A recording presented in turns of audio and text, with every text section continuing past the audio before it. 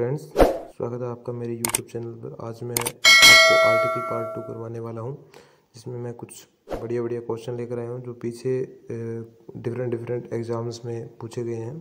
तो सबसे पहले मैं बात करता हूं मेरे फर्स्ट क्वेश्चन के साथ। We go at blank sunset point in blank evening. जब भी हम बात करते हैं ऐसे वर्ड्स जो एट, बाय, आफ्टर, बिफोर, इन सब वर्ड्स के बाद जो भी आर्टिकल भरवाया जाता है उसमें हम जो है कोई भी आर्टिकल का प्रयोग नहीं करेंगे। ये सब वर्ड्स अपने पीछे कोई भी आर्टिकल है नहीं लेते हैं।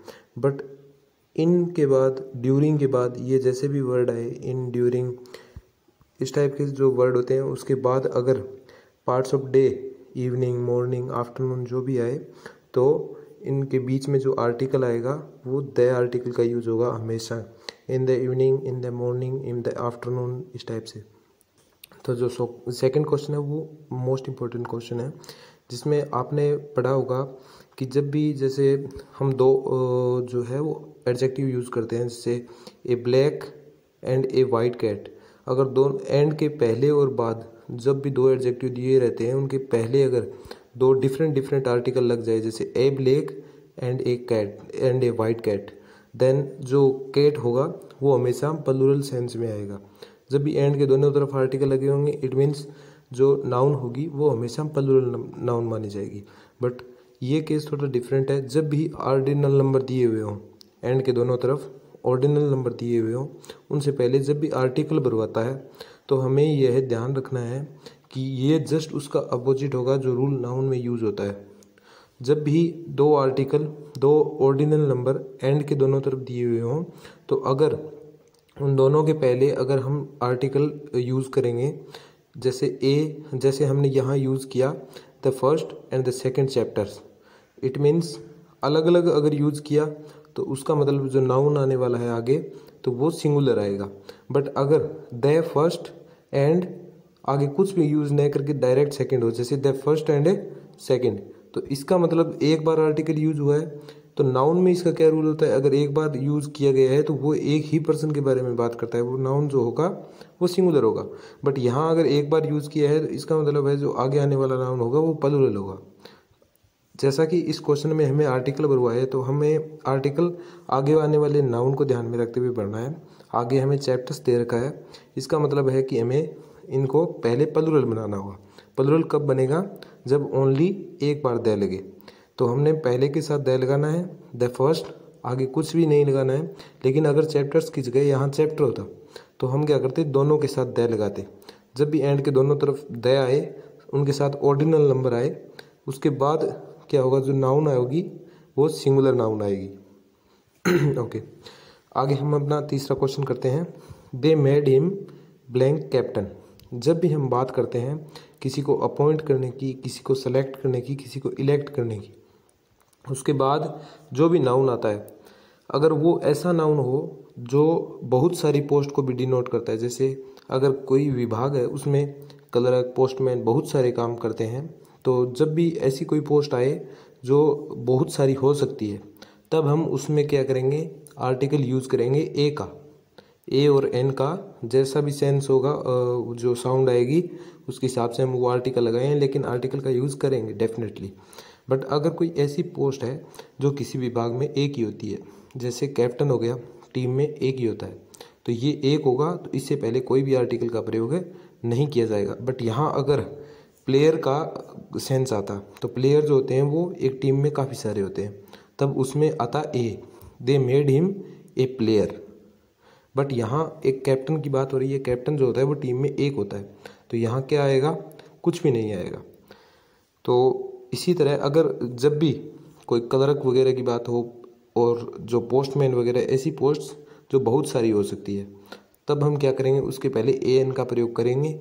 बट अगर एक ऐसी पोस्ट जैसे चेयरमैन आ गया किसी बोर्ड का, तो चेयरमैन एक होता है, तो उससे पहले कोई भी प्रकार का आर्टिकल हम यूज़ नहीं करेंगे। ये मैंने आपको सारा नीचे इसका एक्सप्लेनेशन भी दे दिया है, और जो इसका टेस्ट होगा उसका लिंक डिस्क्रिप्शन में दिया हुआ है। जैसे ही आप उस पर क्लिक करोगे डायरेक्ट आप टेस्ट मोड की वेबसाइट पर चले जाएंगे, और मैंने उसके साथ अपना पासकोड भी डाल दिया है। जैसे ही आप अपना नाम एंटर करके नीचे पासकोड एंटर करके स्टार्ट करोगे तो तो आपको ये टेस्ट वहाँ मिल जाएगा। और जैसे ही आप सारे क्वेश्चन करके विद इन टाइम सारे क्वेश्चन करके सबमिट करोगे तो आपका इसको जो रिजल्ट है वो दिख जाएगा आपको, और इसका डिटेल्ड एक्सप्लेनेशन भी दिख जाएगा। और डिस्क्रिप्शन में मैं इस टेस्ट का PDF का लिंक भी डाल दूंगा। आगे हमारा जो है वो 4th क्वेश्चन है, he goes blank school to collect his document. It means जब भी कोई स्कूल, चर्च, कोर्ट, जेल ये सब वर्ड्स आए और इनके पहले अगर हमें सेंटेंस में देखना है कि किस सेंस का प्रयोग कर रहा है ये जो पूछने वाला, अगर प्राइमरी सेंस की बात कर रहा है तब हम क्या करेंगे इसमें कि प्राइमरी सेंस वो होता है जैसे स्कूल अगर जाते हैं तो पढ़ने के लिए जाते हैं, अगर मंदिर जाने की बात हो रही है तो हम मंदिर पूजा करने के लिए जाते हैं। और इसी तरह से अगर जो जेल होती है उसमें कौन जाता है, जो डेफिनेटली जो विक्टिम होता है वो जाता है, जो दोषी होता है वो जाता है। लेकिन अगर इसका सेकेंडरी पर्पज़ क्या होता है कि हम उसे वहाँ पर दूसरे कोई काम जाते हैं, जैसे हमने स्कूल से कुछ डॉक्यूमेंट वगैरह कलेक्ट करने हैं तो वो पढ़ने के सेंस में नहीं आएगा, तब ये सेकेंडरी पर्पज़ हो जाएगा। तो सेकेंडरी पर्पज़ के लिए आर्टिकल द यूज़ होगा हमेशा। और जब भी प्राइमरी पर्पज़ आता है जैसे स्कूल में पढ़ने के लिए और मंदिर में पूजा करने के लिए, जब भी इस टाइप से वर्डिंग आए तब हम उसमें कोई भी आर्टिकल का यूज़ नहीं करेंगे। यहाँ हम क्या कर रहे हैं, जो 4th क्वेश्चन है उसमें हम कर रहे हैं कि he goes blank school to collect his document, मतलब अपना डॉक्यूमेंट कलेक्ट करने के लिए जा रहे हैं, तो ये हमारा सेकेंडरी पर्पज़ है। तो इसमें हम द आर्टिकल का यूज़ डेफिनेटली करेंगे। बट इसी का मैंने जो 5th क्वेश्चन डाल रखा है ताकि आपको डिफरेंस पता लग जाए। 5th क्वेश्चन में मैंने डाला है कि I go to school blank school for study, study के लिए जा रहे हैं, तो इसका मतलब ये है कि हम अपना प्राइमरी पर्पज़ दिखा रहे हैं वहाँ पे।